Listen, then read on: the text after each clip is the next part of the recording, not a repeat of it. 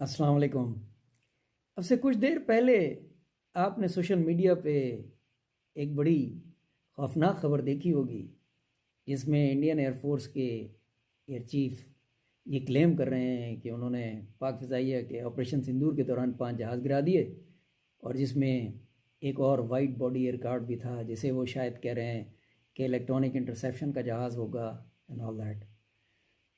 ये बात उन्हें 3 माह बाद याद आई कि एक जंग हुई थी जिसमें ख़ुद उनके 7 जहाज़ गिरे थे, 6 जहाज़ और एक बड़ा यूएवी। 3 महीने बाद उन्हें यह ख्याल आया कि नहीं, उन्होंने भी कुछ जहाज़ गिराए थे।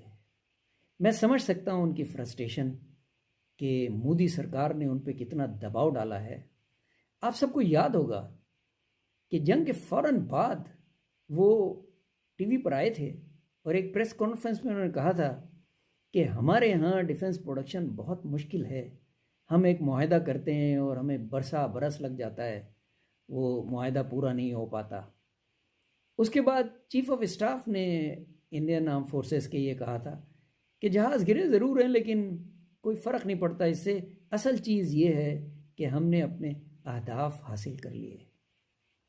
लेकिन उसके बाद Aahista Aahista Indian officials, Indian media और इंडियन पॉलिटिशियंस ने ये एक्सेप्ट करना शुरू कर दिया कि हाँ, पाक फ़िज़ाइया ने हमारे जहाज़ गिराए हैं।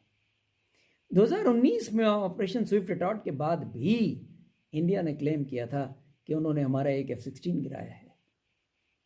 आप सबको याद होगा कि एक बहुत ही डिस्टिंग्विश्ड स्कॉलर हैं, एनालिस्ट हैं, क्रिस्टाइन फेयर अमेरिका की, जो पाकिस्तान की कोई बहुत ज़्यादा हमदर्द नहीं है, लेकिन चेन्नई में बैठ के जब उनसे ये सवाल किया गया और उन्हें बताया गया कि हमने उनका एक जहाज़ गिराया, तो उन्होंने, आप जानते हैं जवाब में क्या कहा था?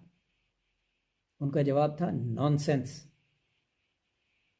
No PF aircraft was shot. अब पाक फ़िज़ाइया की लीडरशिप और हम लोग बहुत ही सोबर तरीके से बिहेव करते हैं। हम इंडियन एयर चीफ के क्लेम को नॉनसेंस नहीं कहेंगे, हम उनकी इज्जत करते हैं। दुश्मन की इज्जत करना बड़े ज़र्फ़ की बात है, लेकिन मेरे उनसे ये सवाल है कि सर, 3 माह बाद क्यों क्लेम फौरी तौर पे लॉन्च किया जाता है? हाँ, उसकी कंफर्मेशन में वक्त लग सकता है।